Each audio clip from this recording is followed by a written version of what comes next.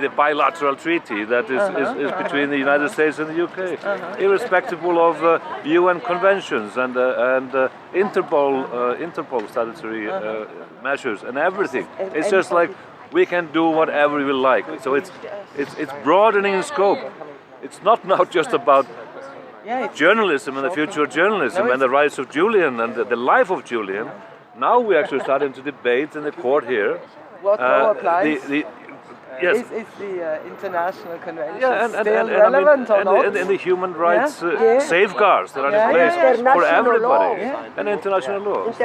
How can we counteract this gross injustice? They are violating international law. I mean, how can we do it? It has to be through political pressure. The international community should be outraged when the prosecution lawyer says here, well, we do have an Anglo-American special understanding on how to interpret the law. We don't care what the rest of the world thinks. This is our understanding.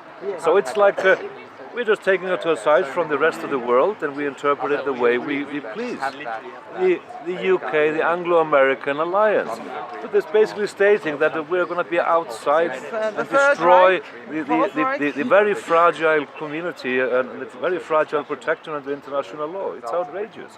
I mean, it's just destroying every safeguard. So what is it? What do we call nations that basically say, bloody hell, we don't care what the rest of the world says, we'll go our own way? We usually call them pariah states. That's what we call North Korea, that's what we call those nations. Do these nations, do the UK and America, we know what the Americans are about. They don't care damn about what anybody thinks, they go their own way. But is the UK, is this country going to apply by the same rule? Was that the reason why they left the European Union? For reasons of independence? Just to become ridiculously subservient on anything that the Americans say? You know, give us this guy, give us this guy. But we are not going to let that happen. Of course not. We need to fight. We have to fight. To whom we can write, to whom we can everybody, all the politicians you can write to, everybody. Is there some kind, did anybody take a protocol or notes of what was... Yes, I mean... And where is it accessible? Because it is not accessible yet, but it would probably be accessible later. But there's a stenographer in the room where he takes notes of everything. But nobody is allowed to write down anything? Yes, I mean the press can write down, of course, and they have been letting out information, which is valuable. The Don't Extradite Assange campaign is trying to put out as much as possible of information. It's bigger. It's much bigger than Julian. Much bigger. Yeah. This is my concern from the implications. Yeah, the implications are huge.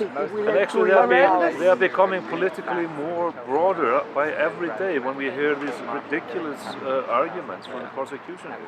Total dismissal of international law.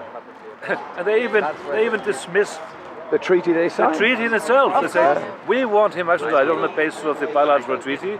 However, we don't want to abide by the clause that exempts extradition for political offences. Quite incredible. How ridiculous is that? Yeah. You know, it just doesn't add up. You can't have the cake and eat it too, as we say here, I think, in the Britain. Absolutely, we say it here as well. Bizarre legal approach. Purely, of course, political. Abandonment of justice on the whole. Just do what you like. No, but we will fight. Absolutely. We will fight. But this must really... South Africa was thrown out of the United Nations. South Africa, because of apartheid. So shouldn't we throw out of the United Nations Britain and the United States? Well, I mean, it goes without saying, if they are, as they have in the Julian Assange case before, remember that in the Crown Court and the Magistrate Court, when the issue was raised about the UN decision by the United Nations group or panel of arbitrary detention, the judge basically said, UN rulings do not apply in my courtroom. So we're hearing more and more of this, that, you know, we don't care. We live in a vacuum here, in our bubble. This is a lawless so when you're saying United Nations should basically dismiss UK, US, they are withdrawing from everything. So we don't even have to... but South Africa doesn't like to be thrown out of the United Nations either. But it happened. So why can't we do it with Britain and the United States out of the United Nations? They don't play in the same league. Good question. How is this testing?